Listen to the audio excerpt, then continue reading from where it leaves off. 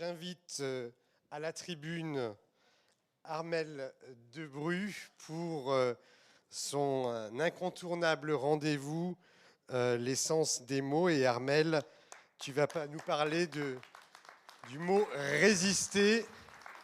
Merci de ta fidélité. De votre fidélité, merci. Voilà, merci. Donc, oui, l'habitude, c'est de me laisser un petit moment pour vous parler du sens des mots. Et le mot qu'on m'a confié, c'est résister aujourd'hui. Alors, dans la vie, face à l'adversité, il y a beaucoup d'attitudes possibles. Faire front, se battre, riposter, céder et résister fait partie de ces attitudes.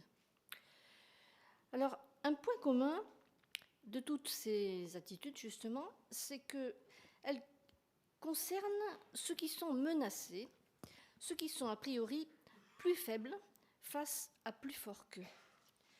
Ceux qui sont, disons, face à un agresseur plus fort et qui le sait en général. On pense à la résistance, à notre résistance avec un grand R, à toutes les résistances armées actuelles, ou alors aux résistances pacifiques aussi, à toutes les résistances contre les oppressions. Mais pour s'écarter un peu de ce genre de résistance, on peut prendre, à cause du cadre d'ici, un exemple dans la nature.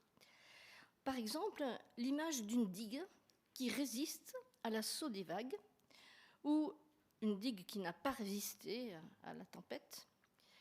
Et on appelle cette résistance ce qui s'oppose à l'attaque, ce qui la repousse. Et résister, c'est alors tenir bon, tenir ferme, ne pas céder. Dans le champ de la maladie aiguë, on trouverait des analogies d'une contre-attaque contre des microbes, des bactéries, avec des antibiotiques par exemple. Mais dans le champ d'une maladie chronique, on penserait plutôt à une progression beaucoup plus lente, comme, pour garder l'image nautique, comme une montée des eaux, des océans, cette espèce de pathologie climatique actuelle qui réduit les plages, qui grignote les falaises, qui menace lentement mais sûrement les habitations et j'allais dire aussi les populations, nos corps. Et alors, puisqu'on ne peut pas vaincre ces forces naturelles, en tout cas jusqu'à présent, on cherche des moyens de les détourner, de renforcer les résistances et de les anticiper, de les freiner sans pouvoir vaincre, mais aussi en s'adaptant.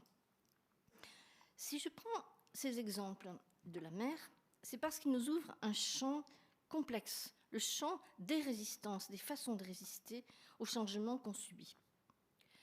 Lorsqu'on revient aux mots, justement, au vocabulaire, et qu'on fait la liste des choses qu'on fait lorsqu'on résiste, quand il s'agit de tenir bon, de conserver son territoire, quelquefois on se referme. On se referme sur soi, on se renferme chez soi. On retourne en arrière dans ses murs, on se protège. On résiste aussi en renonçant de gré, de force, à un voyage, à la conduite, à voir du monde, à des prêts peut-être, à des achats, à des projets. On résiste aussi en refusant les conseils, les aides, les changements de lieux, d'habitudes, de personnes, de tout ce qui a l'air de restreindre notre liberté et qui contribue, en effet. Vous aurez remarqué que tous les verbes qui nous viennent à l'esprit commencent par le préfixe ré, re. Se renfermer, retourner, renoncer, refuser, résister, bien sûr. Pour retenir un soi qui s'effrite, qui peut-être commence à s'effriter physiquement et aussi par la mémoire, comme dans le vieillissement, par exemple. Alors, il est temps de voir si le mot de résister nous apprend quelque chose, justement, sur ces activités, sur ces actions que nous venons de décrire très rapidement. Résister vient du latin resistere, pas d'étonnement, qui vient de re et stare. Stare qui veut dire se tenir debout. Ça donnait station, statique, statut. Rester debout qui est symbolique de la résistance. On dit ne pas se coucher, par exemple. Mais cela n'empêche pas évidemment de vaciller discrètement. Peut-être certains d'entre vous connaissent l'hymne religieux qui qui s'appelle le Stabat Mater, qui est l'histoire qui représente la Vierge au pied de la croix, qui est bien droite, résistant à la douleur, qui a été magnifiquement mis en musique, entre autres par Pergolèse. Et évidemment, lorsqu'on regarde les tableaux, le Stabat n'est pas tellement raide, c'est plutôt quelque chose qui oscille et qui a besoin d'être soutenu de part et d'autre. Resistere est appuyé sur sistere. Sistere, c'est simplement une forme renforcée de stare. C'est être debout, mais se tenir debout malgré tout, physiquement, moralement, malgré tous les déséquilibres qui sont inhérents à la faiblesse des soutiens, à la faiblesse de l'immobilité aussi, aux difficultés de l'immobilité. On sait que le cerveau travaille beaucoup pour maintenir l'immobilité, l'équilibre, etc., implique le corps, l'esprit et aussi l'âme, pour ceux qui ont besoin de grandeur d'âme pour résister à ce qui se joue au quotidien, non pas dans les grandes choses seulement, mais dans les petites choses, on en a parlé tout à l'heure, dans le moindre pas, dans les moindres événements, dans le quotidien. Le modeste. Voilà pour stare. Maintenant, revenons au préfixe ré. On a souvent ici, d'ailleurs on a souvent commencé par les préfixes, parce que ce sont des éléments fondamentaux. Pour suivre les analyses de Émile Benveniste, par exemple, ce grand linguiste, sémanticien et vraiment connaisseur des langues indo-européennes, il disait combien les préfixes aidaient au fond, à insérer l'homme dans la langue, la subjectivité dans le verbe, au fond. Ça permet d'orienter l'action à droite, à gauche, de recommencer, de le détourner, de le contourner. Et en effet, si on regarde tous les préfixes qu'on a souvent examinés ici, c'est par exemple in, in, ça veut dire à la fois dans, vers, contre. C'est aussi la privation, incompétent, qui n'est pas compétent. Par exemple, per aussi veut dire à travers, pendant, jusqu'au bout. Enfin, c'est un régal de travailler sous la direction, si j'ose dire, mentale d'Émile Benveniste, qui nous a quittés il y a fort longtemps. Alors, avec résister, que nous apprend ré, justement. Alors, ré a, dans l'ensemble, deux significations. La première, c'est en arrière, reculer. Bon, c'est le geste de faire en arrière. Mais aussi, c'est repousser et rejeter. Et en quelque sorte, c'est le même mouvement. De prendre de l'élan, en quelque sorte, quand on prend de l'élan, on retourne en arrière un petit peu, et ça permet de céder quand même un peu, c'est accepté.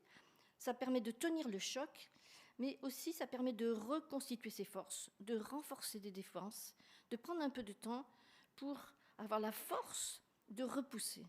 Résister, c'est ça, c'est ce double mouvement d'encaisser, si j'ose dire, et puis de renvoyer dans les cordes, en tout cas, de repousser, une alternance, un mouvement assez complexe, résister. Ce n'est pas seulement d'encaisser le choc, c'est aussi de le renvoyer. Mais re a une deuxième signification, qui est la répétition. Recommencer, répéter, refaire, redire. Et on sait que dans les maladies neuroévolutives, quand on commence à perdre la mémoire, soi-même ou son proche, on doit répéter, on doit redire, on doit colmater les faiblesses, réparer les failles. Et cette répétition fait partie du travail que nous faisons dans ce genre de maladie. En fait, il y a aussi une troisième signification dont on ne parle pas assez. Ré, c'est l'ouverture. Prenons le verbe révéler.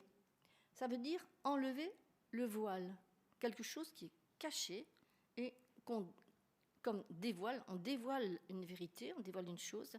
Révéler, c'est quelque chose de plus lourd, de plus fort, de plus précieux, presque sacré. Voilà, la révélation. Donc, résister, si on donne cette signification dans résister au ré, c'est aussi un ré d'ouverture. C'est s'ouvrir. C'est faire le contraire de ce qu'on a dit tout à l'heure, le contraire de enfermer. Alors, ça combine l'énergie du maintien, l'énergie de la libération, l'énergie de l'ouverture.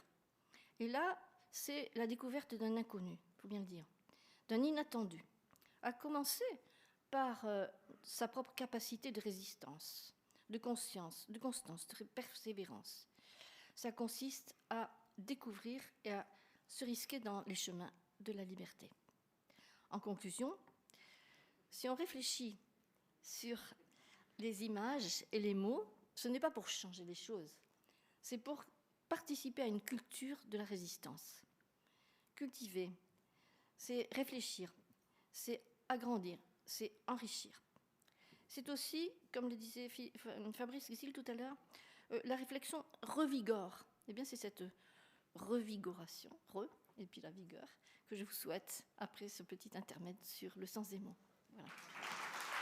Merci beaucoup, Armelle.